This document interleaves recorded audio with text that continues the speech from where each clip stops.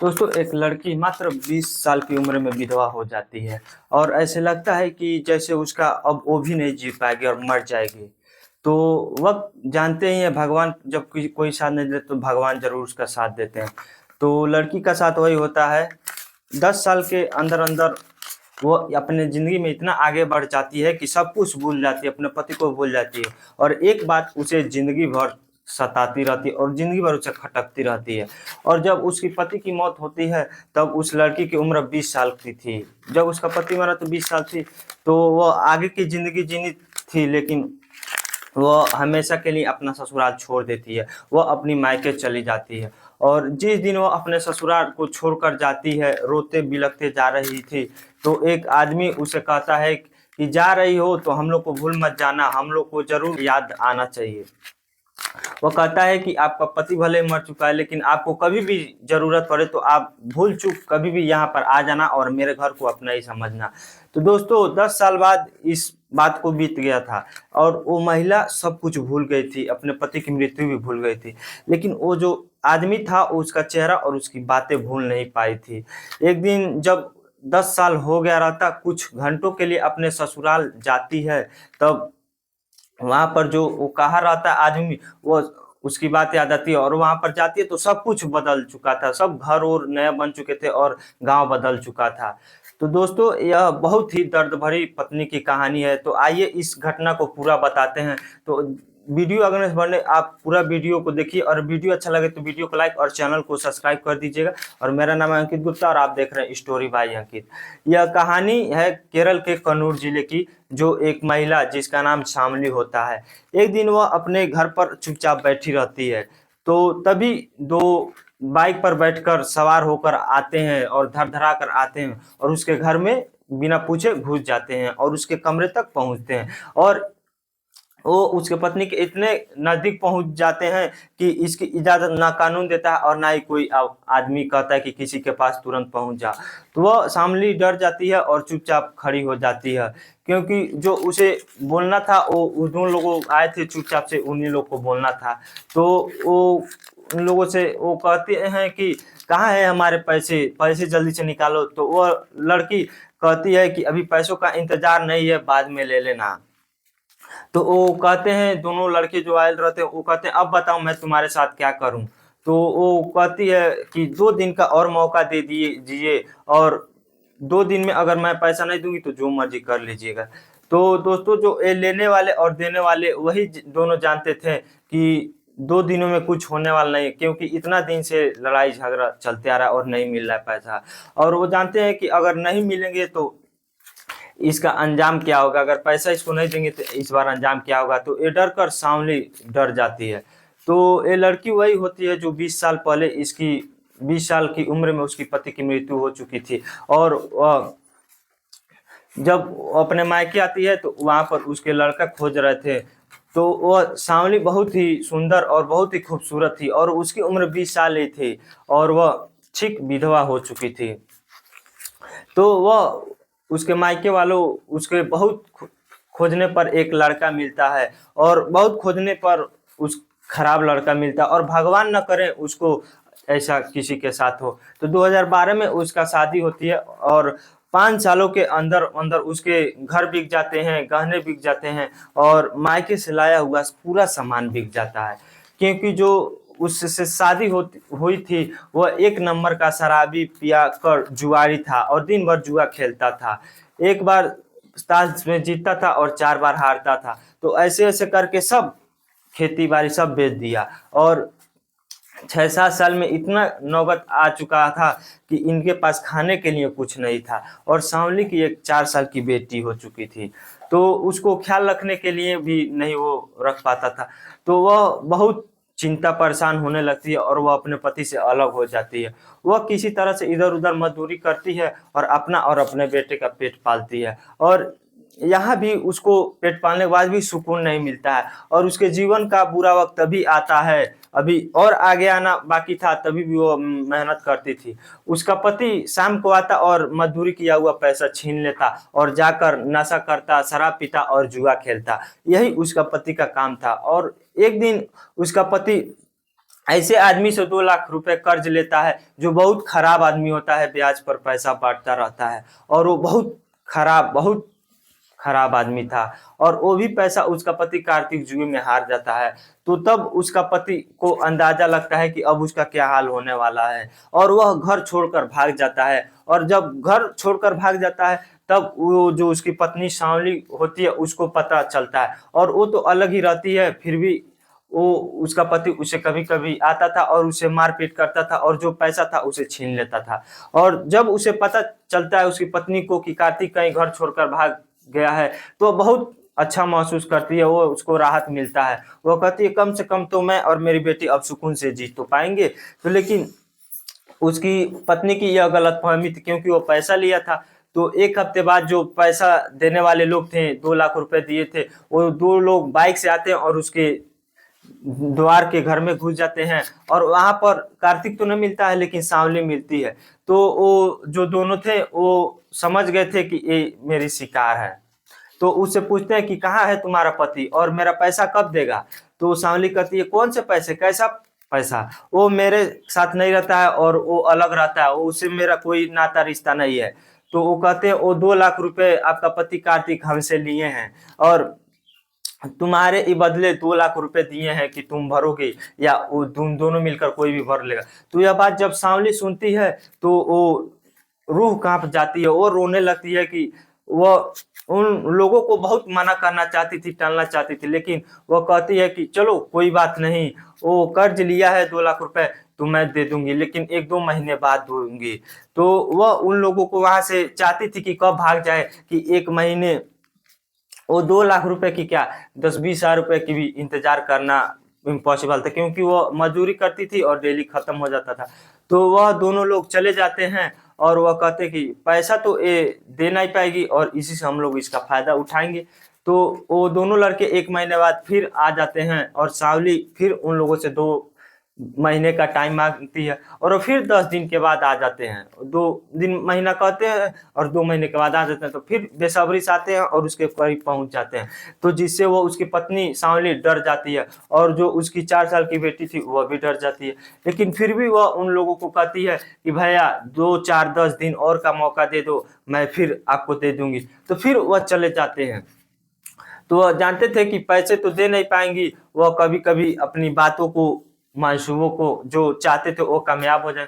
तो वो जो पैसे दिए रहते हैं वो आखिरी बार आते हैं, और वो आखिरी बार मौका देते हैं, और ये आखिरी लास्ट बार है, और हम कोई इस बार मौका नहीं देंगे, और 2 दिन बाद हमको पैसा चाहिए तो चाहिए, वरना तुम सोच लेना कोई तुम्हें गांव जवार के लोग कोई भी बचा नहीं पाएगा। और उन सबको जाने के बाद वह परेशान होने लगती है, और वो रोने लगती है। और उसको यह बात याद आने लगती है कि जब उसको किसी ने कहा था कि जब तुम्हें कोई भी जरूरत पड़े तो बेझिझक हमारे घर आना और आराम से रहना, खाना पीना।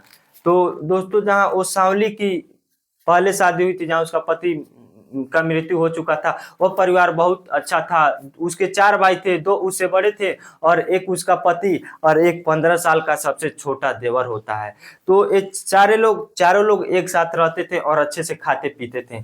और उसके सास ससुर थे, वो भी अकेले आराम से रहते थे, और वो भी सांवली को बहुत अच्छा प्यार करते थे और उसे बहुत अच्छे से मानते थे। और वो, क्योंकि सांवली बहुत सज्जन व्यक्ति थी और बहुत ही मेहनती थी और बहुत खूबसूरत सुंदर थी।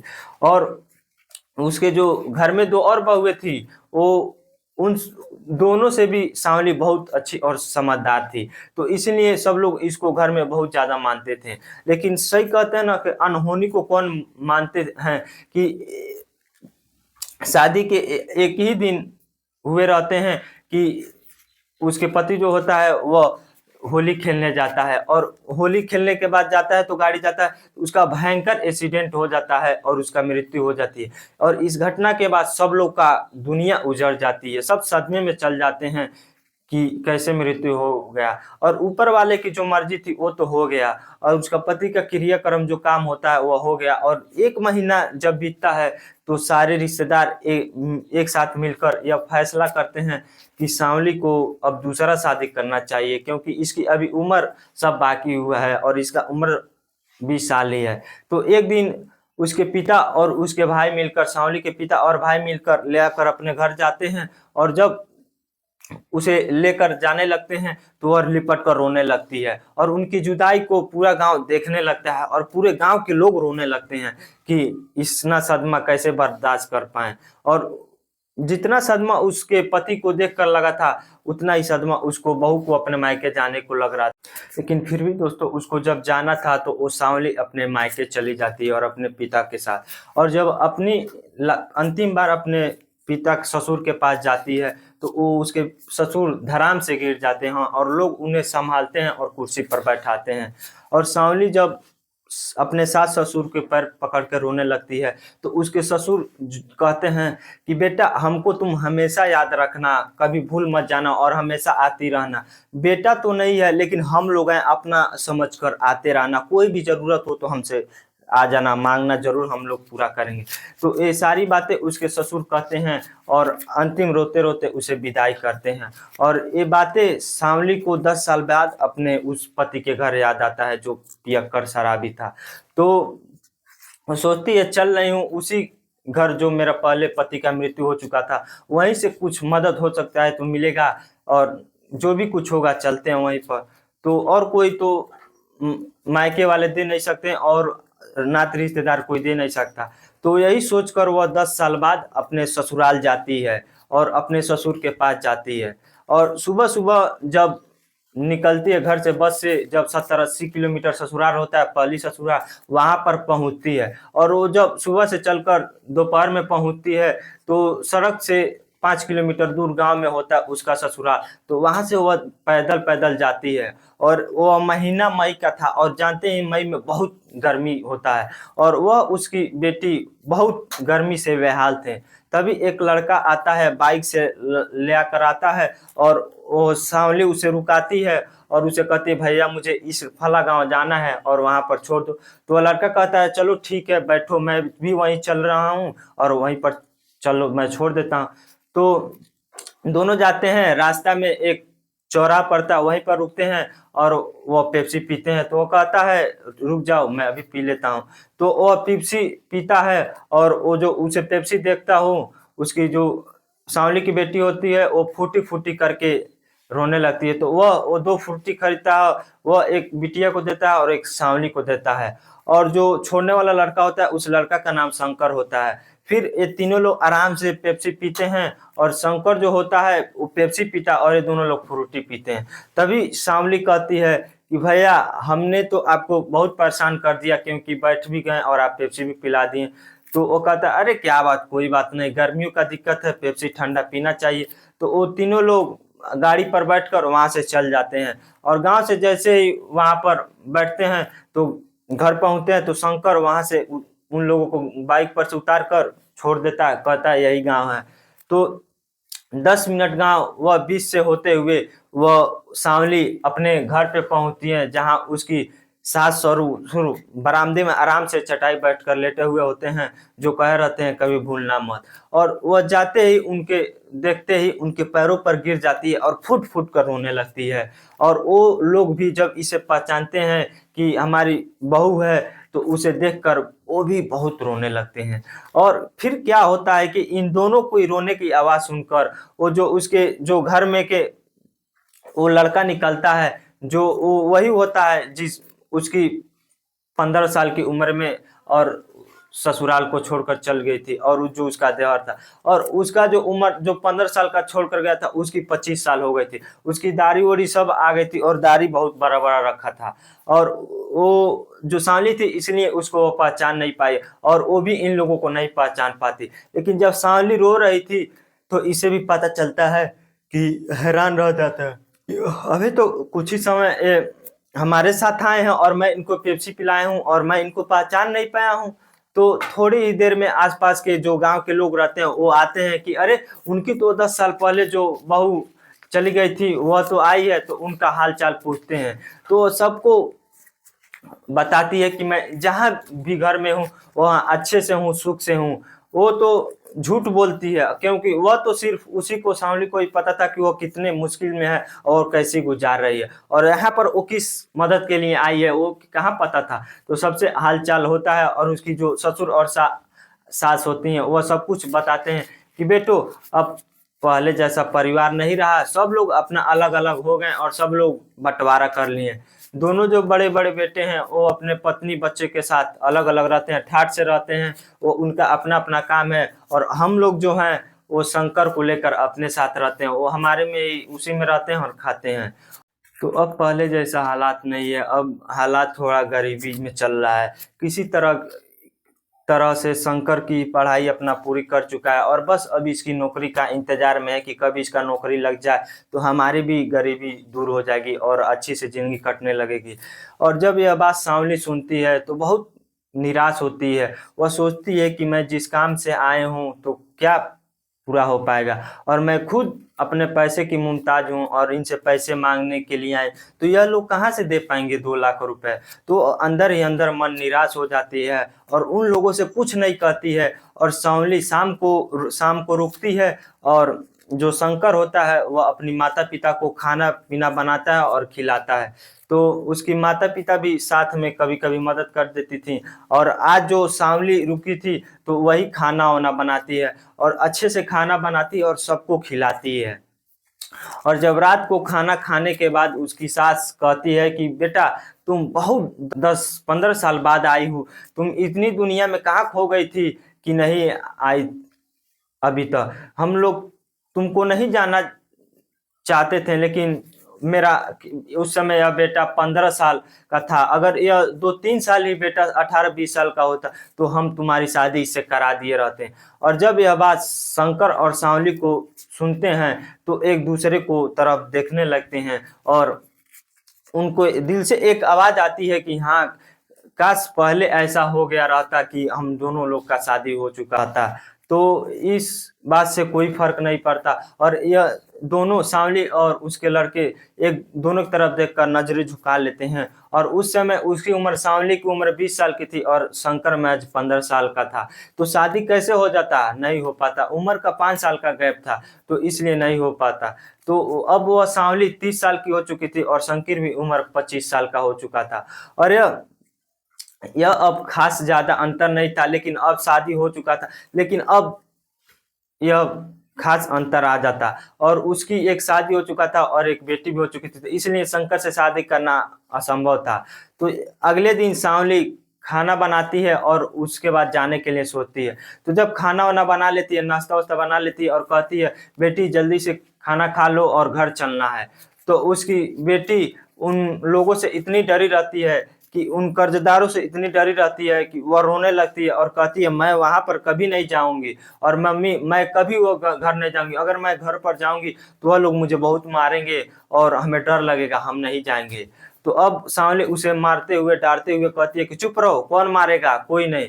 तो वह कहती है कि वही जो 2 अंकल आते हैं बाइक से और पैसे मांगते हैं, और वो उसे कहती है मुझे बहुत डर लगेगा। और जब यह बात शंकर सुनता है तो बोलता है बेटी क्या कह रही है, कौन सी बात है, क्या कहना चाह रही है।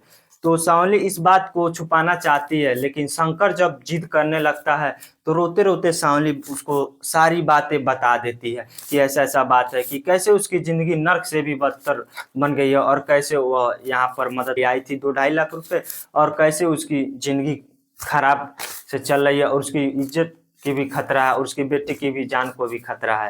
तो वह फुट फुट कर रोने लगती है और अपनी सब बताती है।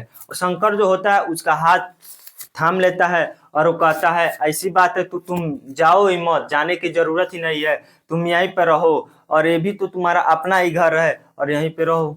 तो वो कहती है यहाँ पर भी मैं कितना दिन तक रहूंगी, कितने दिन तक आपके साथ रहूंगी, कितने दिन भागूंगी या छिपूंगी, यहाँ रहकर क्या करूंगी, आखिर 4 दिन या 10 दिन बाद तो अपने घर ही जाना पड़ेगा मुझे।